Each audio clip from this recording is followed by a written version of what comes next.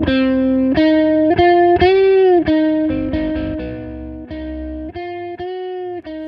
you know that I'm going to be fascinated by the Iran-Contra affair, because right in the middle of it and what broke it out to the public was a downed CIA airman named Eugene Hassenfuss. I'm about 15 years old. Eugene Hassenfuss is in the news. I'm fascinated. I'm captivated. And then it kind of goes away in the background. It was a thing that dogged Ronald Reagan in the last years of his presidency, mostly written out of his legacy. Same with George W. Bush, two Republican presidents widely regarded as much more decent than the current spate of republicanism.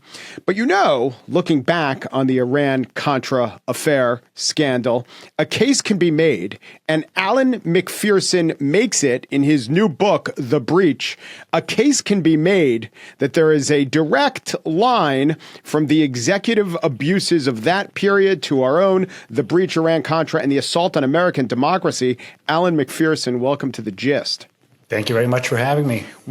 How old are you?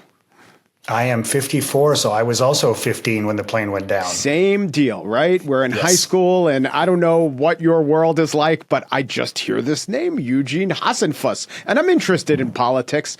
And it was, try to remind viewers of a different age, it was big news. It's not like this wasn't big news, right? No, it was big news. And then a few weeks after the downed plane was one thing. That sort of announced that we were doing some undercover stuff in Central America. But then a few weeks after that comes the news that the United States has been trading missiles to a sworn enemy, Iran, right, in return for hostages. And it's not working. And then a few weeks after that comes the news, once they start looking into things, that there's a diversion, right, of Iranian money or profits to the Contras in Central America. And then that becomes Iran-Contra. So, knowing what we know now, we've actually started somewhere in the middle of the story. You and your book go back to the beginning. How did this whole operation, this whole enterprise start? Yeah, it's actually called the Enterprise. I mean, it starts as two different schemes, right? One in Iran, one in Central America. They start more or less at the same time. The one in Central America begins when the Democratic-run Congress essentially tells everybody who's involved in intelligence, you can't spend any money on helping the Contras at all, even people's salaries, right? And you certainly can't give them sort of military advice, that sort of thing. And so the CIA, who has been doing these sorts of things, goes to the National Security Council, and they go to this man who becomes at the center of the scandal, Oliver North, and they say, please take this over. We need the NSC to do this. It'll be more secretive, right? The CIA is a big machine. The NSC is small. And so take this over. And so he starts getting money from rich Americans, from other countries, and they start sending a bunch of money and weapons to the Contras, right? So it's not really the government that's funding this, but they're facilitating this money. Yeah, and Oliver North is employed by the NSC, and he's on the NSC salary. And some days he would take a plane ride to Miami to meet with a donor and then take a plane ride back to the Pentagon to be at his desk in the morning. Such was the nature of his workaholism. So Oliver North isn't the one who decided to do it, though he was the right person to execute it. It was the head of the CIA, William Casey. Or were there others? Well, I mean, the person who decides to do it really is the president. I mean, President Reagan says, okay, Congress has cut him off, but I essentially order you to keep the Contras alive, he says, body and soul, right? So you're saying it was his idea to somehow keep this happening, and then it was Casey's idea how to execute the scheme? Right. Well, I mean, Casey had already been funding them, so they essentially sort of know who to go to. But Reagan is the one who says, let's keep this going in some way, but don't break the law. Right. But the Congress has clearly said you can't keep this going. So it puts people like North in an impossible dilemma where he's told not to break the law, but the only way he can do this is essentially to break the law.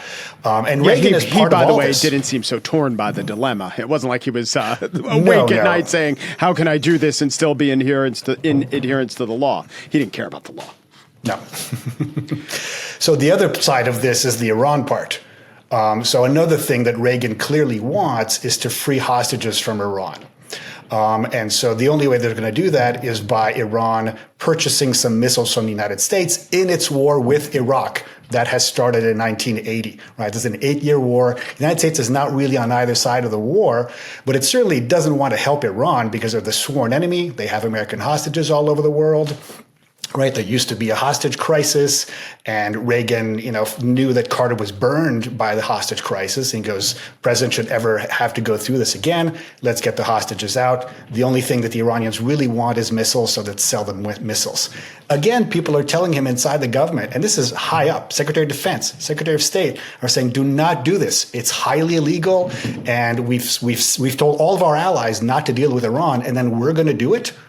To maybe get hostages, and then maybe the Iranians will take more hostages so that we give them more missiles. Yeah, that would be the obvious trap, right? The obvious incentive. Once you establish that you will sell them arms, then there's a market for hostages, isn't there? Exactly. Yeah. Hostages become currency. So George Shultz, Secretary of State, Caspar Weinberger, later indicted on this. They were saying, we're just reading the law as the law. And was this the Boland Amendment? Is this the law specifically we're talking about? No, the Boland Amendment only had to do with Nicaragua, with the Contras.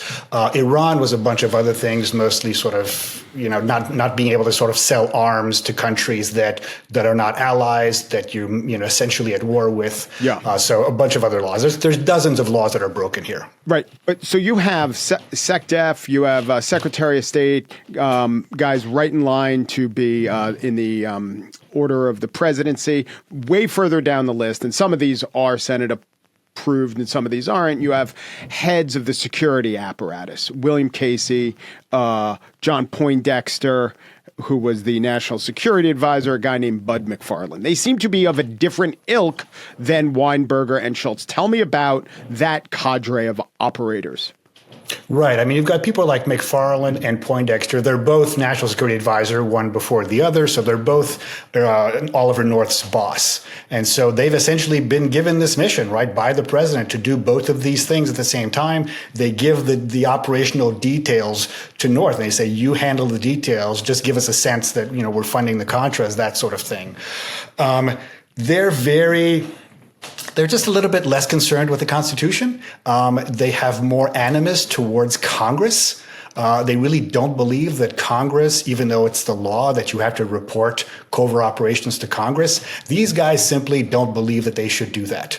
Right. Bill Casey at the CIA really hates them, calls them nasty names. And we're not talking about all of Congress, right? 535 people. We're talking about 8 people. Right, the heads of the intelligence committees in both the houses. This is Republicans and Democrats, people who should be able to hold on to a secret. The problem is there are leaks in Washington. There's leaks coming from the Congress. There's leaks coming from the White House. And so the CIA and the NSC, they hate Congress for that reason, and they blame them for all of the leaks. Some of Casey's tactics were fascinating. First of all, he's a genius. He essentially invents a lot of tax evasion schemes when he's a really young lawyer, then becomes chair of the SEC. Great guy, knows how to evade taxes. Now he's in charge of the CIA. He does this thing. I mean, he does a lot of things, but one of the things he does is he testifies before Congress, before these 8 committee chairs, and he actually divulges information, but the way he does it is literally quickly and by mumbling, and Congress doesn't even realize that the United States is mining the harbors in Nicaragua because William Casey rushed past it in a mumble. Exactly. I think he reads for about 2 hours, and there's 10 seconds of this that says that the harbors have been mined. He doesn't even say that this is the CIA that did this because they're sort of CIA assets. So you can perceive that maybe the United States is not in charge of this. But what he's really revealing is an act of war. Yeah. Right? Nicaragua is involved in what you might call a civil war or a regional war. The United States has not declared war on it. And yet the United States government is essentially taking over from the Contras in this instance and putting its own bombs with its own assets on sovereign territory in Nicaragua. This is an act of war, and that's what the Nicaraguans obviously say. And so the Congress, once they figure this out, they erupt and they're quite angry. This is one of the things that will lead to the Boland Amendment. Right. Now, many Republicans in Congress, of course, the Reagan administration, all Republicans, they were against this too. Goldwater was against just sort of against the national security apparatus outstripping the power of Congress. This was a time when the Senate was very clear about they had a separation of power and you can't do things that Congress forbids you to do. Not everyone. There's a great quote in here from Jake Garn, who is the Utah congressman, who yells, "You're all assholes!" Garn of Utah screamed at his colleagues, "You're all assholes. The whole of Congress is full of assholes. All 535 members are assholes." Thereby implicating himself in the assholery. But the general premise of why I bring this up is, in the current, it has certainly seemed that Congress has abrogated its powers, just given up on oversight. Back then, it wasn't true. So there had to be a lot of chicanery and underhandedness to get around Congress, right?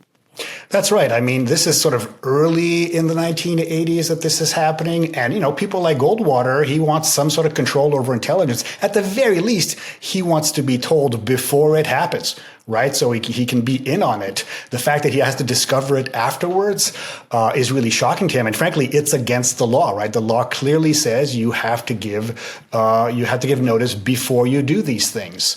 And so a lot of these Republicans, they kind of want to be part of the game, want to be part of the show. But Iran-Contra will sort of erode this, right? Yeah, That's sort of the argument in this. By the time 87, 88 rolls around, you've got people like Dick Cheney, who is a representative and is on the committees investigating this. And he's saying, you probably don't, the president probably doesn't really need to even tell Congress about most of these covert operations. And this is his institution, right? And several other Republicans are saying this exact same thing. We don't really need to know. Well, so this is the executive, unitary executive theory. It was his institution then, but he had a hankering to join the executive quite clearly and did. The one thing we haven't established is how the arms for hostages deal gets tied into the funding the Contras deal. And it's that word, funding. There needed to be some money. So arms for hostages then became arms for money, and then the money went to the Contras? Right. I mean, they didn't sell the weapons to raise the money, but at some point they sold a bunch of missiles. They mistakenly overcharged the Iranians. They were getting thousands of dollars more per missile than they were really supposed to. The Iranians didn't know what the price was supposed to be. They paid it. So all of a sudden you've got something like $12-15 million in excess profit, right, that didn't go to the arms dealers. And so they say, let's not put this into the Treasury where it belongs, because this is U.S., right, citizens' property. And they say, let's just use it. And somebody suggests, it's not exactly clear who suggests this. There's a couple different stories. But around the middle of the scheme, somebody tells Oliver North, hey, you could actually use this extra money to fund the Contras because they're in bad shape. They need this money. And he says, hey, that's, but the way he says that, it was a neat idea, right? He saw absolutely nothing wrong with this, and so decides to do this. Yeah. And there are, when you say they were overcharging and didn't realize it, there's many Keystone Cop type elements, like Fawn Hall, who is Oliver North's secretary, transposes two numbers. And what they had done was they had hit up the Sultan of Brunei for $10 million, was it? And he said, all right, I'll give you $10 million. So here's another $10 million that they're going to use to fund the Contras, but it never gets to them because Fawn Hall makes this mistake, putting a 0 where a 4 should be or something like that. That's right. She changes two numbers around on a bank account. It goes to the wrong Swiss bank account. And for a couple of years, the Contras never get it. It gets completely lost for a couple of years. It goes to some random guy's bank account, so millionaire's bank account. And he's wondering where he's got. No, I can't remember. I don't think I've seen where it went. That's awesome. But they got it back eventually to Brunei. Yeah, well, thank God. You'd hate for the Sultan of Brunei to be out 10 mil. And it becomes exposed because this airman, one of the fundees of this money was this guy. I always call him Wackenfuss, Hassenfuss, whose name means rabbit foot in German. And Hassenfuss gets shot down, and then he is forced to do a video where he says, "My name is Eugene Hassenfuss. I'm from Wisconsin. I'm a Marine." By the way, he was one of 4 on the plane, and he defied orders and wore a parachute, and that's why he lived. Is that right? Exactly. I mean, the idea was that if you go on one of these planes, these highly secret planes, you should not have a parachute, because if you go down, we want you dead. They were right about that, weren't they? Exactly. You can't reveal any secrets. And somebody said, you should take this parachute on. These are not great planes. And so it saved his life. but it wasn't great for the enterprise, as it was called. How long did it take to unravel the entire scheme? Oh, once the plane gets shot down, it's about a month. I mean, within a couple of days, it's clear that this is a CIA-connected plane, right? These aren't CIA employees, but it's sort of a subsidiary. And then really maybe 3-4 weeks later, the Iran story comes out. And so these are two separate stories for about another 2-3 weeks. Yeah. And then the Department of Justice is basically told by Reagan, you got to look into this a little bit. And they find this one memo, just one memo that Oliver North had thought he had shredded. And it basically says, we've taken money from the Iranian sales, given it to the Contras. And that's when this becomes Iran-Contra. And for some reason, it becomes sort of the central crime of this series of crimes. And the whole question is, did the president know about this diversion of funds? I frankly don't think the diversion of funds is that important. It is a crime, right? But it's not the most serious thing that he's done. And yet, it's also a way to essentially divert attention from the more serious crimes and to basically say, if we can prove that Reagan didn't know about this, then he can't be impeached. Mm-hmm. Right? By making it so important, you then absolve the president if he's not guilty of it. Okay, so on that narrow issue, can they not prove it or did it not happen?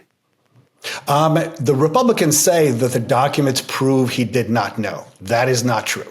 What is true is that none of the documents prove that he did know. Right. Okay. Right? So you can't prove it. But what are, in your estimation, what are the provable things that might have been impeachable if it was known fully and if there was the will to do it? Oh, I mean, the fact that he, told his staff essentially to keep funding the Contras, to find a way to sort of keep the Contras alive.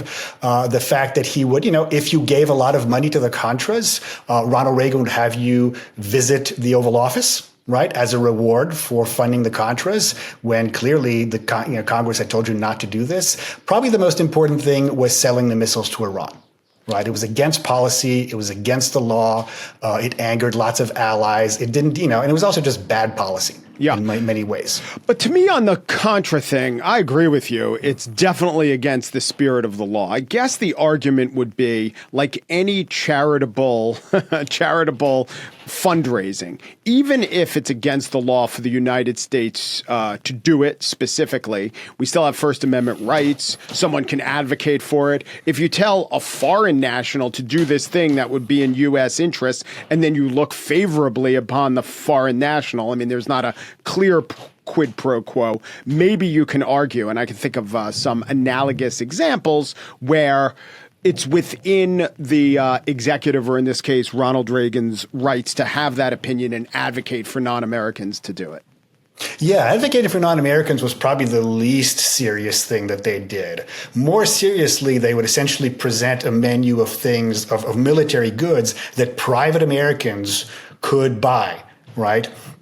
They would say these were humanitarians, but they weren't. They were mortars, they were helicopters, so clearly, weapons of war. Right. But these are available for purchase, right? These are not. Right. It's not U.S. military surplus. Well, I shouldn't say surplus. It's not owned by the military at the time. It's owned by weapons manufacturers. People within the United States would guide those who are sympathetic to the Contras or who just want to gain favor with the administration to these legal purchases for the Contras. That's another good question, because the Neutrality Act says that you as a private citizen cannot send weapons or help militarily any country that the United States is, you can't go to war against a country that the United States is not at war against. Right. Right. But and they were going to war against Nicaragua.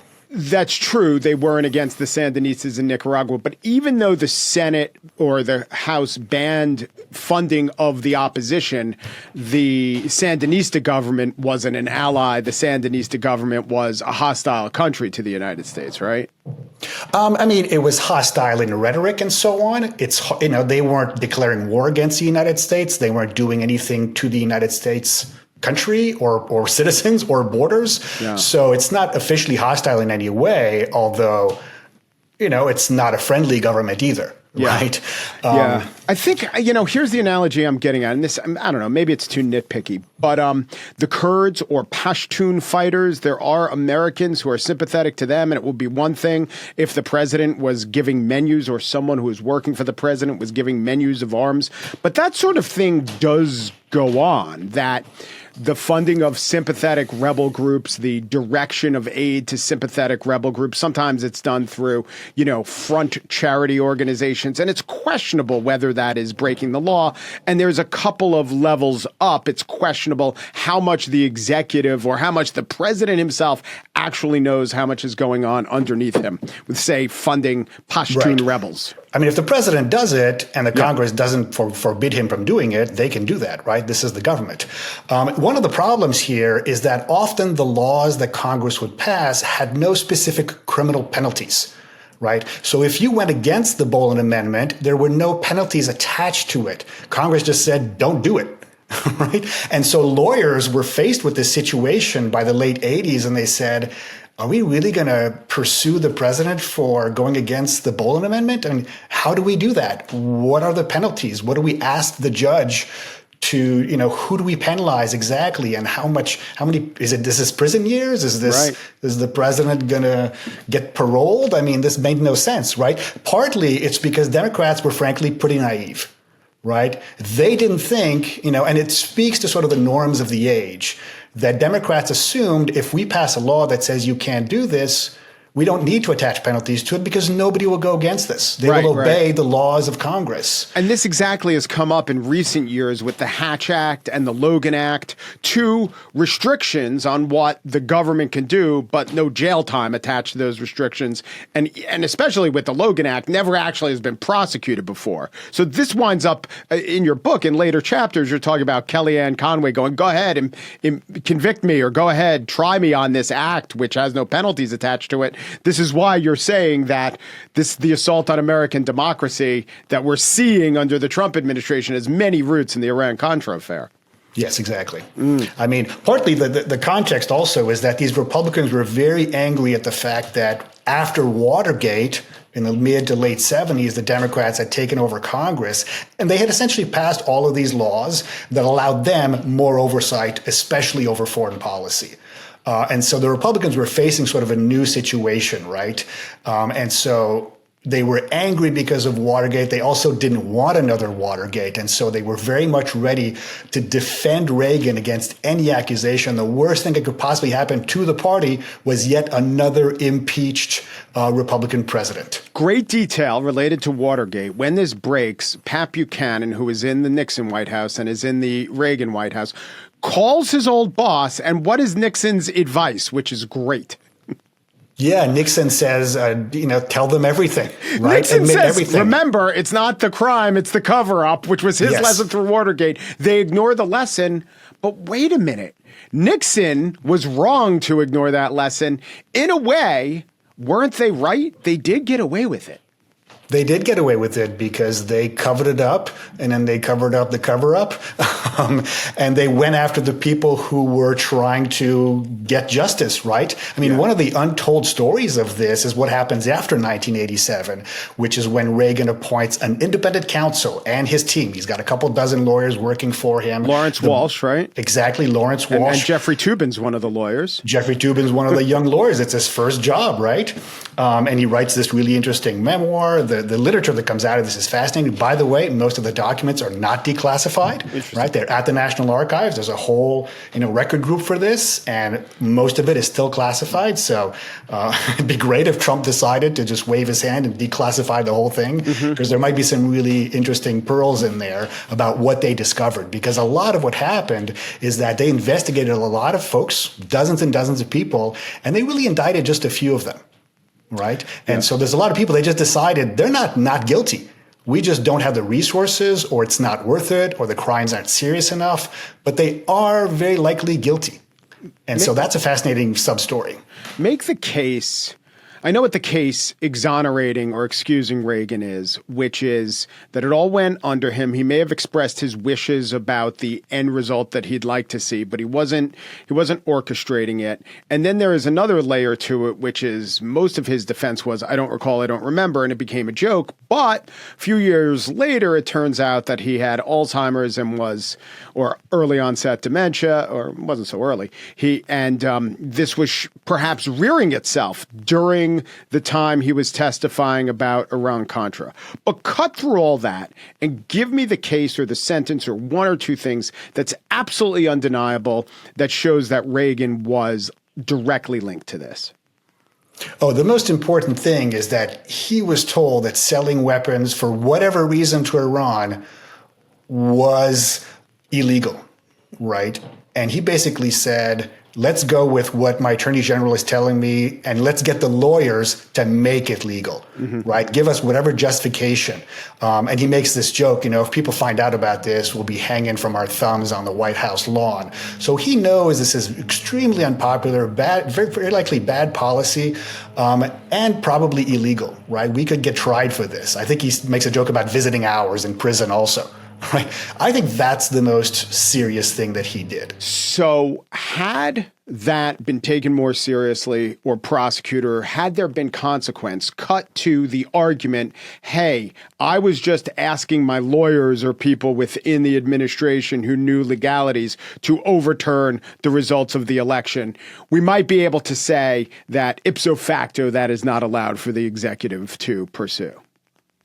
I mean, that's true. It's pretty easy to sort of get lawyers to give you almost any justification, right? I mean, we saw this, right, in 2020. There were plenty of lawyers willing to work with the Trump administration to deny facts that, we had all seen and to invent facts that we know were not true. And even they later said, how could you have believed us? Right? We can't possibly be accused of lying because everybody knew this wasn't true. I mean, there's just these justifications, they've become really absurd. At least at the time, sure, you could scour some legal books and find some sort of legal justification. But just the fact that it was unpopular, these were unpopular decisions inside the administration, should have been enough to say, let's just not do this. Same question I asked about Reagan. Going to ask it about George H.W. Bush, the vice president, not a benign not a benign person on the sidelines of all this, very much involved. And he also pardoned many of the people involved in Iran-Contra. What is the most either indictable or impeachable offense that he committed in your estimation? I mean, nothing impeachable. You're right that what he said when sort of, especially during the elections of 1988, right, he's running a year after all of these hearings that have been very public. And he basically says, I wasn't in the loop. I'm the vice president. I had some vague sense that some of this stuff was happening. I didn't know any details. But he also kept a diary at that time. And so the diary eventually came out and showed that he was very much in the loop. And he says, I'm one of the only people who knew all the details of this. I think the most direct thing is that he had a national security advisor himself who was very likely deeply involved with the CIA. We don't know all the details of this. He himself actually went to Honduras at some point and was the envoy to sort of offer a quid pro quo to the Hondurans in return for sort of the Hondurans helping out with the Contras. And so he was involved in a lot of the details. He certainly knew a lot of them. I wouldn't think he made any major decisions. Right? He often sort of would give his opinion, but sometimes he wouldn't give an opinion. So once Lawrence Walsh investigated him, he figured out, why have you been hiding all this evidence? The most serious thing you did was hide this evidence, and yet you didn't really do anything wrong. You were just being kind of careful and positioning yourself for the elections because you wanted to be president. There's no crime in that. Right. But you almost obstructed justice while doing this sort of thing. You should have just admitted what you knew. Yeah. And it also didn't help him with the elections because it came out and Clinton used it against him. And there were many things that Clinton used against him, and the economy was probably foremost. But it wasn't a clean ops to refer to Bush, who was the former former head of the CIA, by the way. That's right. There's a new indictment that comes a couple of days before the 1992 election, right? And it surprises Bush. He's very angry at it, and of course Clinton uses it. And they were head to head when that came out, and then Clinton wins, right, by just a couple of votes, really. And so, in many ways, Bush and I think a lot of the Republican Party is saying, let's never let this happen again. So I will give you my opinion on how resonant this was, but I want to give you the chance to push back. I do not think that the American people care so much about process crimes. And if you could point to who the victims, who the sympathetic party is, who the person whose life or limb was put in danger, I mean, maybe it was some Sandinistas. They are essentially and would become the dictators of Nicaragua, not a friend of ours. Maybe you could make the case that it helped the Iranians, who were, of course, at the time fighting the Iraqis, and we didn't take a side in that war, essentially. Later on, you don't want the Iranians to have arms. So I think that you probably are right on the letter of the law, but in terms of capturing the public's attention or really seeming like a moral outrage as opposed to a procedural one, I don't know that the Iran-Contra affair gets there. And the reason I'm saying this is there's a line early on in your book, you're quoting Only Murders in the Building, where Steve Martin's character says Iran-Contra was more important than Watergate, just more complicated. I think that Watergate was a little bit different. It was easier to understand. It was easy to identify with the victims. The villains were easier. I don't know that there was, to most people, clear villainy here. Or do you disagree? If you're comparing it to Watergate, I actually disagree. I think the crimes committed were more crimes. They were more serious crimes. There was as serious of a cover-up. The big difference is that the president wasn't directly involved in the cover-up. Right. He didn't appear to be as much of a villain because once the scandal erupts, he basically tells his administration, let's collaborate.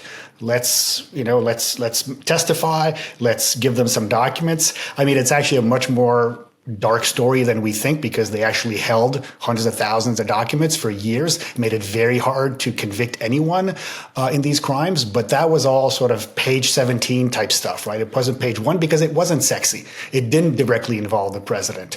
And so the villainy was sort of at this lower level. But one thing I agree with you is that you're right that the victims are not clear. Right. To me, the crimes are pretty clear. The process issues are clear. The victims are not clear. The victims are essentially, Iraqis who were killed by these bombs. They're the hostages who are taken because all of a sudden they're of higher value. They're the Nicaraguans, the Salvadorans, the Contras who get killed in this ongoing war. And so they're mostly foreigners. And you're right. Most Americans won't really care about that, don't understand that. And so that's tragic. But I think, if you want to think of it abstractly, the greatest victim is American democracy, at least inside the United States. Yeah. Right? Because one party takes the exact wrong lesson out of this, which is that we need to have less democracy. This was so messy because the Congress has too much power. So let's take away that power forever.